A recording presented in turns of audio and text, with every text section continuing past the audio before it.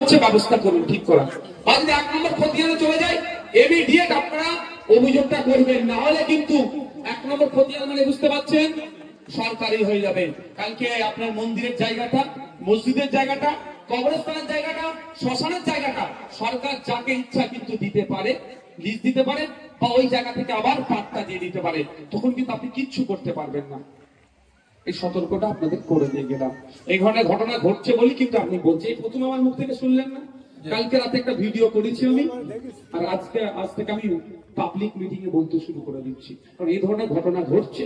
হরিয়ার পড়ায় প্রচুর ধর্মস্থানের জায়গাকে 1 নম্বর খতিয়ানে ঢুকিয়ে দিয়েছে মুর্শিদাবাদ হরিয়ার পড়াতে। আপনাদের এখানে সার্চ করলে বুঝতে পারবেন কি করে রেখেছে।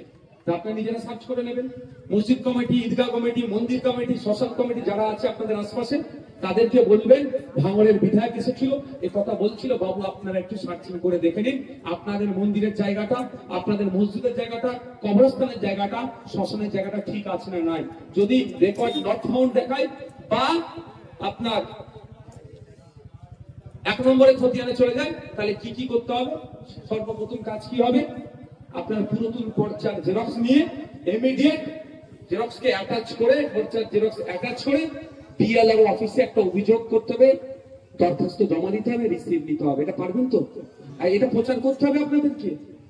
শুধু ভোটের সময় ভোট দেবেন, ভাইজানকে জিতান, এটা নয়। এটাও একটা গুরুত্বপূর্ণ কাজ, এই কাজটা করবেন।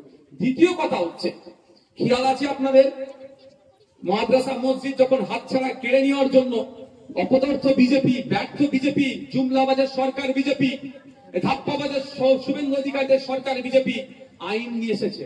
কি? ওয়াকাফ সংশোধনী আইন 2025। পশ্চিমবাংলায় যখন আন্দোলন হচ্ছিল, মমতা ব্যানার্জি কি বলেছিলেন? যে দিল্লি গিয়ে আন্দোলন করুন। আমি আপনাদের বলবো, সামনে 2026 ভোট আসছে।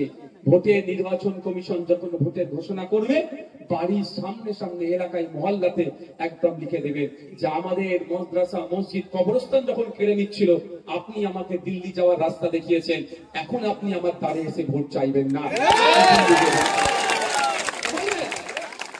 বলতে হবে, জবাব দেবেন না, দিতে হবে না।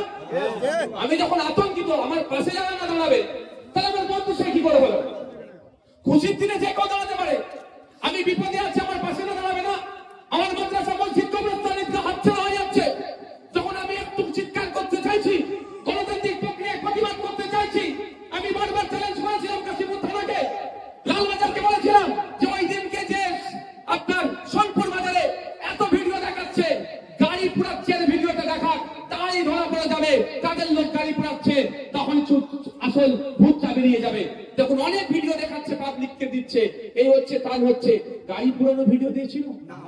এটা মমতা ব্যানার্জি চক্রান্ত হতে পারে তো? ক্রিমিনালকে দিয়ে যে আন্দোলন বড় করতে হবে না, ছোট করে দিতে হবে, মামলা দাও। প্রায় 2000 ছেলের নামে মামলা দিয়েছে মমতা ব্যানার্জি সরকার। আরে আন্দোলনটা তো বিজেপির বিরুদ্ধে হচ্ছিল। মমতা ব্যানার্জির উচিত কি ছিল? আরো ভালো করে যাতে আন্দোলন হয় সহযোগিতা করা। আমরা মমতা বিজেপির বিরুদ্ধে, শুভেন্দু অধিকারীদের বিরুদ্ধে কথা বলছিলাম, আমরা দিলীপ ঘোষের বিরুদ্ধে কথা বলছিলাম, আমরা জুমলাবাজ সরকার মোদীর বিরুদ্ধে কথা বলছিলাম, আমরা অমিত শাহর বিরুদ্ধে কথা বলছিলাম। কিন্তু মমতা ব্যানার্জির বুক কত চিনচিন করছিল কেন?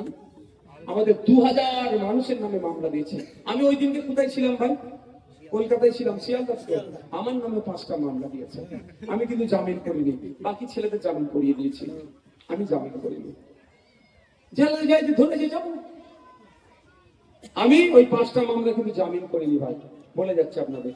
কিন্তু আমাদের বাকি যে সমস্ত ছেলের মামলা দিয়েছে সবার জামিন করিয়ে দিয়েছে। দম থাকে তো আমাকে ধরুন।